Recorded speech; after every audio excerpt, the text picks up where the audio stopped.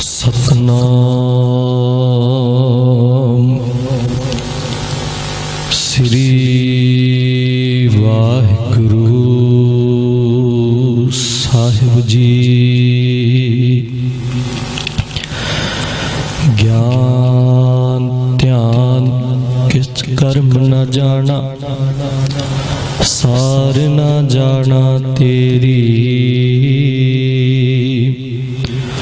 ਸਭ ਤੇ ਵੱਡਾ ਸਤਿਗੁਰ ਨਾਨਕ, ਜਿਨ ਕਲ ਰਾਖੇ ਮੇਰੀ। ਡੰਡੋਤ ਬੰਧਨ ਅਨੇਕ ਵਾਰ, ਸਰਬ ਕਲਾ ਸਮਰੱਥ।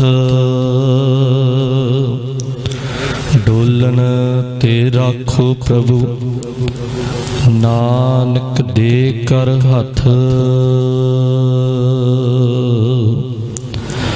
ਪਰਮ ਸਨਮਾਨਯੋਗ ਸਤਿਗੁਰੂ ਗੁਰੂ ਗ੍ਰੰਥ ਸਾਹਿਬ ਮਹਾਰਾਜ ਜੀ ਦੀ ਪਾਵਨ ਤੇ ਪਵਿੱਤਰ ਹਜ਼ੂਰੀ ਅੰਦਰ ਵਿਰਾਜਮਾਨ ਸਭਾਏਮਾਨ ਸਤ ਸੰਗੀ ਜਨੋ, ਗੱਜ ਵੱਜ ਕੇ ਬੁਲਾਓ ਫਤਿਹ। ਆਖੋ ਜੀ ਗੱਜ ਕੇ ਵਾਹਿਗੁਰੂ ਜੀ ਕਾ ਖਾਲਸਾ, ਵਾਹਿਗੁਰੂ ਜੀ ਕੀ ਫਤਿਹ।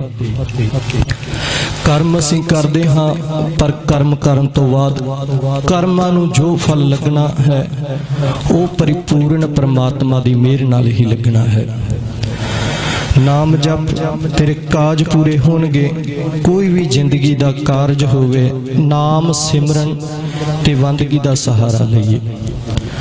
ਉਸ ਕੰਮ ਵਿੱਚ ਹੀ ਮਾਲਕ ਆਪ ਵਰਤਣ ਲੱਗ ਪੈਂਦੇ ਹਨ। ਦੋ ਵਚਨ ਹਨ ਭਗਤ ਕਬੀਰ ਸਾਹਿਬ ਜੀ ਦੇ। ਇੱਕ ਵਿੱਚ ਉਹਨਾਂ ਨੇ ਕਮਾਈ ਦਾ ਜ਼ਿਕਰ ਕੀਤਾ, ਆਪਣੀ ਮਿਹਨਤ ਦਾ ਜ਼ਿਕਰ ਕੀਤਾ। ਗੁਰੂ ਅਮਰਦਾਸ ਜੀ ਨੇ ਉਸੇ ਸ਼ਲੋਕ ਦੀ ਵਿਆਖਿਆ ਕਰਦਿਆਂ ਮਿਹਨਤ ਨਾਲ ਘਾਲਣਾ ਅਤੇ ਕਮਾਈ ਦੇ ਨਾਲ ਨਾਲ ਪਰਮਾਤਮਾ ਦੀ ਕਿਰਪਾ ਦੀ ਗੱਲ ਕੀਤੀ। ਉਹਨਾਂ ਦਾ ਪਵਿੱਤਰ ਵਚਨ ਹੈ, ਮਹਿੰਦੀ ਦੇ ਬੂਟੇ ਦੇ ਵਿੱਚ ਪੱਤਿਆਂ ਵਿੱਚ ਰੰਗ ਹੈ, ਪਰ ਕਦੀ ਵੀ ਉਸ ਦੇ ਪੱਤਿਆਂ ਵਿੱਚ ਰੰਗ ਦੀਆਂ ਬੂੰਦਾਂ ਜ਼ਮੀਨ ਉੱਤੇ ਨਹੀਂ ਡਿੱਗਦੀਆਂ।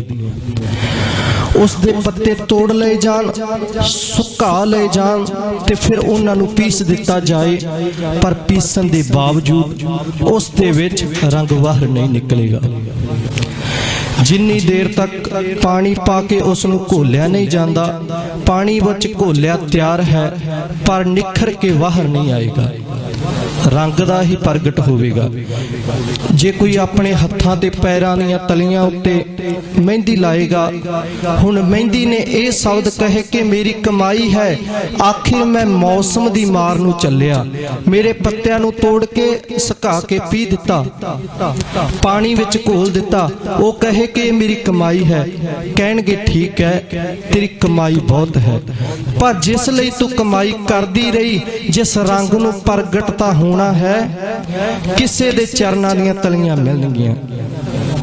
ਸਤਿਗੁਰੂ ਦੇ ਅੰਮ੍ਰਿਤ ਬਚਨ ਹਨ, ਕਬੀਰ ਮਹਿੰਦੀ ਕਰਕੇ ਕਾਲਿਆ, ਆਪ ਪਿਸਾਏ ਪਿਸਾਏ, ਤੈ ਸਹਿ ਬਾਤ ਨਾ ਪੁੱਛੀਐ, ਕਬਹੂ ਨਾ ਲਾਈ ਪਾਏ। ਸਤਿਗੁਰੂ ਜੀ ਫਰਮਾਨ ਕਰਦੇ ਹਨ, ਕਹਿੰਦੇ ਸਾਡੀ ਕਮਾਈ ਕੀ ਕਰੇਗੀ ਜੇ ਤੂੰ ਆਪਣੇ ਚਰਨਾਂ ਦੀਆਂ ਤਲੀਆਂ ਨਹੀਂ ਬਖਸ਼ੇਂਗਾ।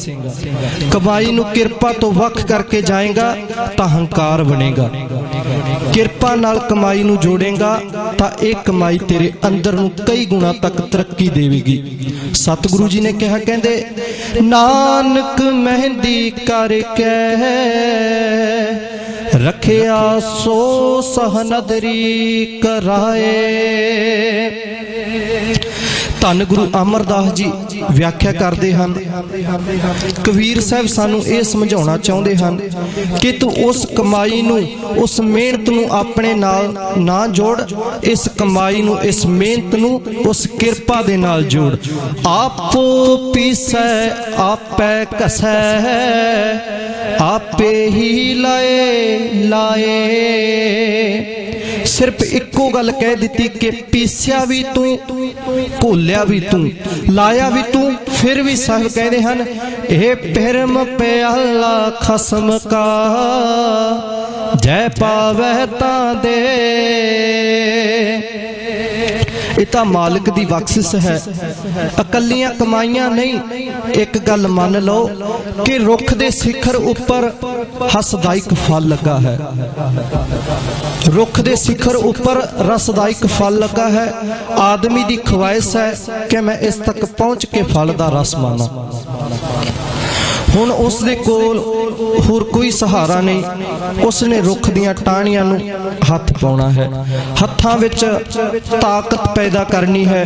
पैर टाहणे उपर टिक सकदा है जे आदमी एक टाहणे ते पैर रखे ते दूसरे हथ नाल निक्कियां निक्कियां शाखावां नूं फड़े अते हौली हौली सिखर ते पुज के फल तोड़ के थल्ले आके कहे कि आखिर अपनी मेहनत कीती ते फल तक पहुंचे हां।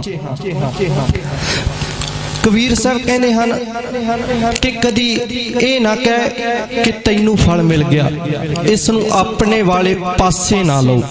एक काम कर, तेरे हत्थां विच पकड़ सी, तेरे पैरां विच पकड़ सी, विच रुख दे तने उत्ते चढ़न दी ताकत सी।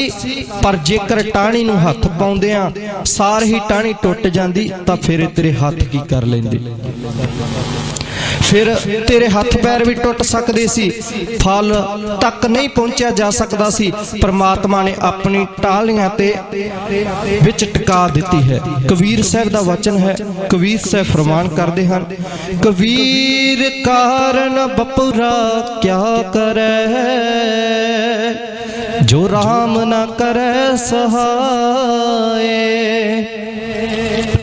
जदों बंदे नूं लोड़ हुंदी है उदों समर्पित रह के कहंदा है, मालक तेरी किरपा तो बिना मेरा काम नहीं हो सकता। पर जिस दिन इसका काम निकल जाता है तो उस दिन ही मन विच आउण लग पैंदा है, अपनी मेहनत नाल ही मैं सब कुछ कमाया। ये बंदे दा सुभाअ है। आओ थोड़ी जी इतिहास ते नज़र मारीए। बाबा बुद्धू साहिब जी बड़ी कमाई वाले महापुरुष होए हन। उन्हां दे जीवन विच आउंदा है कि शेरे पंजाब एक बारी उन्हां दे स्थान ते गए, किसे मुहिम उत्ते चले सन। किसे ने कह दिता कि ये महापुरख बड़ी करनी वाले हैं, तुसी उन्हां पासों अरदास करवाओ, इन्हां दी अरदास सुनी जाए तां तुहानूं फतेह मिलेगी। अरदास हर बंदे नूं करन दा हक है, पर हर एक दी सुनी नहीं जाती। सुनी उस दी जाती है जिस दी उस प्रभु नाल बनी हुई है।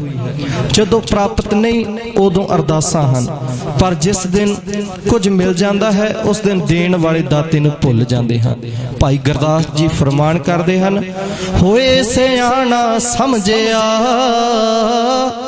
करता सड कीते लपटाया। करते नूं छड्ड दिता ते कीते नूं पकड़ लिया। शेरे पंजाब ने किसी नूं कहा कि बाबा बुद्धू साहिब जी नूं जरूर मिल लाओ। महाराजा बुद्धू साहिब जी दे डेरे चले गए। मन विच आया कि अंदर बैठे होणगे। एक बजुर्ग खड़े सन, भांडे मांज रहे सन ते कपड़े उन्हां दे खद्दर दे सन। शेरे पंजाब उन्हां कोल गए। बादशाह महाराजा घोड़े ते थल्ले उतरिया ते कोल जाके हाथ जोड़ के कहंदे, बाबा जी मैं बाबा बुद्धू शाह जी नूं मिलना है। उन्हां हाथ जोड़ के कहा, हाँ मैं तैनूं नाल मिला दिंदा हां। हाथ साफ कीते, शेरे पंजाब नूं अंदर लै गए। धन गुरु ग्रंथ साहिब जी कोल लै जाके कहन लगे, ऐ बादशाह साहिब ए है बुद्धू, मैनूं कहंदे हन चेते रखी साहिबा कोल ही सब कुछ मिलता है। जिसनूं बुद्धू कहंदे सन उस कोलों तैनूं की मिलना है। ਇੰਨੀ ਨਿਮਰਤਾ शेरे पंजाब कहन लगे, बाबा जी उस वेले तैनू की मिलना है, मेरी अरदास कर दिओ। उन्हां सीधी जही अरदास कीती, सच्चे पातशाह तेरे दर ते एक मंगता आया है, तू दाता बाकी सारे असी भिखारी हाँ। ये गल वखरी है कि दाते ने किसी भिखारी नू कुर्सी नहीं दिती, किसी भिखारी नू सादापन दे दिता, पर देण वाले दाता तां एक ही है ना। सच्चे पातशाह तेरे दर ते मंगते हाँ, किरपा करो फतेह लई अरदास करन लई आया हाँ। गुरमुखो अरदास विच इन्नी शक्ति है कि जिस बंदे दी बचन दी भी आस ना होवे, अरदास दा मरिया होया नू वापस ले आउंदी है। सतगुरु दे शब्दां विच इन्नी समर्था है कि जदों लोग समाज हर कोई बंदा कह के तेरी कोई आस नहीं, कोई रास्ता नहीं रह गया, बचन तक कहते हैं अरदास शुरू ही उत्थों हुंदी है जिथों दुनिया दी झाक खत्म हो जाती है। गुरु साहब जी फरमान करते हैं, वल सुट गयो बंधन पर, अगले वचन करते हैं, कछु ना होत अपाए। इसका मतलब सब दियां बाहां खड़ियां हो गईयां। धन गुरु तेग बहादुर साहब कहते हैं, ये एक तरीका है महाराज की अरदास करन दा। वल सुट गयो बंधन पर कछु ना होत पाए, कहो नानक अब ओट हर गज जो हो सहाय। जिस दिन अरदास सुनी जाए उस दिन महाराज कहते हैं, वल होआ बंधन सुटे सब किस होत अपाए। महाराज कहते हैं उसकी किरपा होवे, उसके हत्थां दी सारी खेड़ है। उन्हां अरदास कर दिती, मालक इस नूं फतेह दिओ। इतिहास कहता है कि शेरे पंजाब जित्या, मन विच आया कि चलो उस बाबे नूं मिल आईए जिसने अरदास की। जदों गए तो बाबा जी सेवा करते पे सन, देख के कहन लगे, बाबा जी तुहाडी अरदास कबूली गई, की मंगोगे वो दे देवेगा। बाबा बुद्धू शाह जी कहन लगे, तुसी देओगे? कहंदे नहीं। शेरे पंजाब दी बांह फड़ के महाराजा दे सामने ले आके कहंदे हन, सतगुरु इहो जही खेड़ बना दिती है, जांदिया बंदा मंगता ते आउण लग्या दाता बन गया। बस इन्ने ही शब्द कहे कि शेरे पंजाब दियां अखां विच नीर सी ते हथ जुड़ गए। ते उत्थे बाबा बुद्धू शाह ने कहा, ओए चले पुरखा, जिस दे बचन विच चरनां लई अरदास कीती, मैनूं लोड़ पेगी तां मैं उस दे कोलों ही मंग लवांगा, क्योंकि उस दे कोल मंगण तो बाद बंदियां कोल मंगण दी आस नहीं रखदे। परमात्मा दी बख्शिश तो बिना कुछ भी प्राप्त नहीं हो सकता। गुरु साहब जी फरमान करते हैं, कबीर कारण बपरा क्या करे, जो राम ना करे सहाय। जह जह डाली पग धरो, सोई मुर मुर जाए। जे उसकी बख्शिश हो जाए तो फिर सब कहने हैं, कोई भी काम होवे चाहे रोग होवे, जे वो बरतन लग पवे तो फिर आप कारज रास करते हैं। पहली गल यह है कि कारज दे नाल किसी का बुरा तां ही नहीं हो सकता, क्योंकि सिख नूं जिहड़ी अरदास भी आखिर मेहर दिती है, जिवें फैलां तैयार होण ते बाद जिस नूं अखीर विच हस्तकर करदे हन, हरेक फैल उस दी नज़र विच निकलदी है। हो सकदा है कोई ना कोई उस दे विच दोष कढ देवे। जिहड़ी अरदास विच आखर दी स्टैप दिती है, वो स्टैप ही अजिही देवे जिहड़ी अरदास अरदास विच अखीर दी स्टैप दिती है। रब विच जहियां अरदासां नहीं सुनदा कि मेरा काम बन जाए ते दूसरे दा खराब हो जाए। बाबा जी ने कहा अरदास दी गल तां दूर, जिस बंदे दे अंदर वैरी ते मित्र दी बिरती है उस दा अंदर तक कदी बाणी विच टिक ही नहीं सकदा। बाणी विच फरमान करदे हन, जब तारै कुबैरी मीत तब लगने चलना ही चीत। बाबा फरीद जी ने कहा, फरीदा मन मैदान कर टोए टिब्बे लाहे, क्योंकि टिब्बा हंगता दी निशानी है, टोया हीनता दी निशानी है। ना होमे विच पई ते ना हीनता विच डिग्गी, तू समझ जिहा अंदर तू कर ले, टोए ते टिब्बे वार बराबर पूर दे उस दे चरनां विच अरदास करी।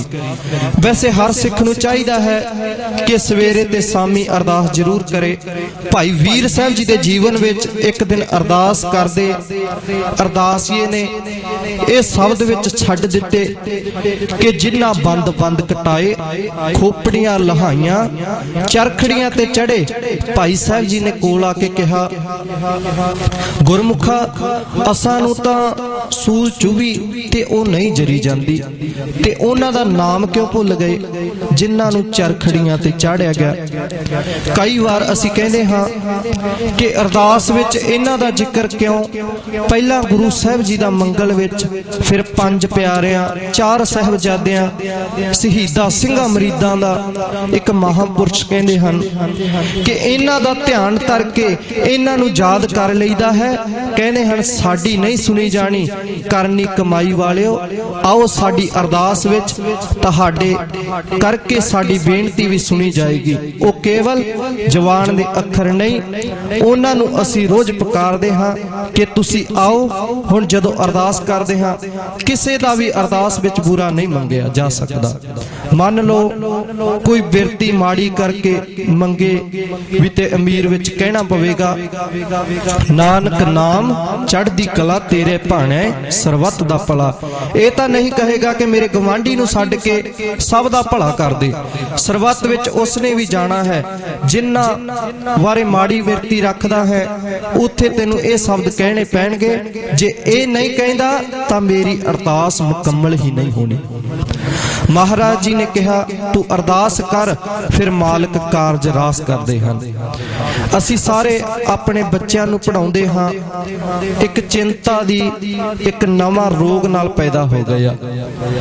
तां मापियां नूं चैन ते बंदियां नूं चैन, बस भज्जो भज। असी देखदे हां कि हिंदुस्तान विच बच्चों का शरीरक विकास क्यों घट रहा है, क्योंकि चिंता एक अजिही चीज है कि जिहड़ी उन्हां नूं प्रफुल्लित नहीं होण दिंदी।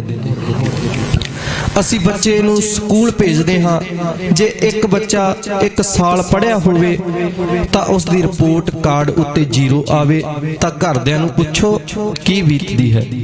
मापे चिंता विच रहणगे, घर विच कलेश रहेगा, कहणगे पैसे गए, एनर्जी वेस्ट हुई, साल बाद 0। जे 50 साल कढ़ के भी मन वाला रिपोर्ट कार्ड 0 दी थां काला हो गया, फिर रब दे घर विच की मिलना।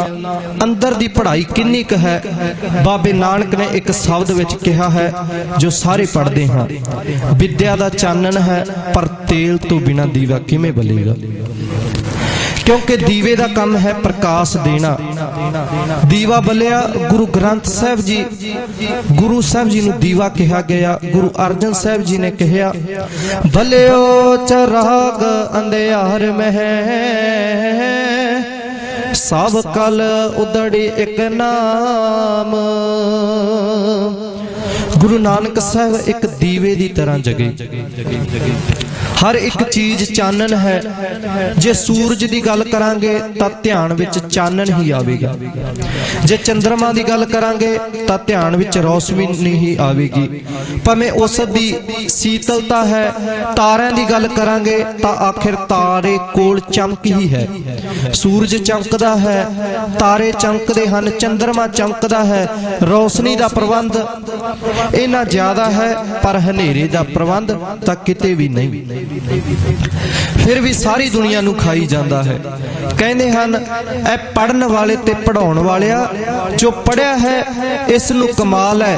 विद्यार्थी पढ़दे हन, जे ब्यौरी इन्हां कोल तां प्रैक्टिकल नहीं तां कि नौकरी मिल सकेगी। अजकल कंपनियां नौकरी तो पहला ये देखदियां हन कि तेरा तजर्बा किन्ना क है। पढ़ाया जाना है कालेज विच, पढ़ाए हुए नूं एक बाहर फील्ड विच कमाउणा है। गुरु ने संगत विच तैनूं पढ़ाउणा है। अभ्यास तू अपनी जिंदगी विच करना है। जिन्ना अभ्यास करेगा ओही फल मिलेगा।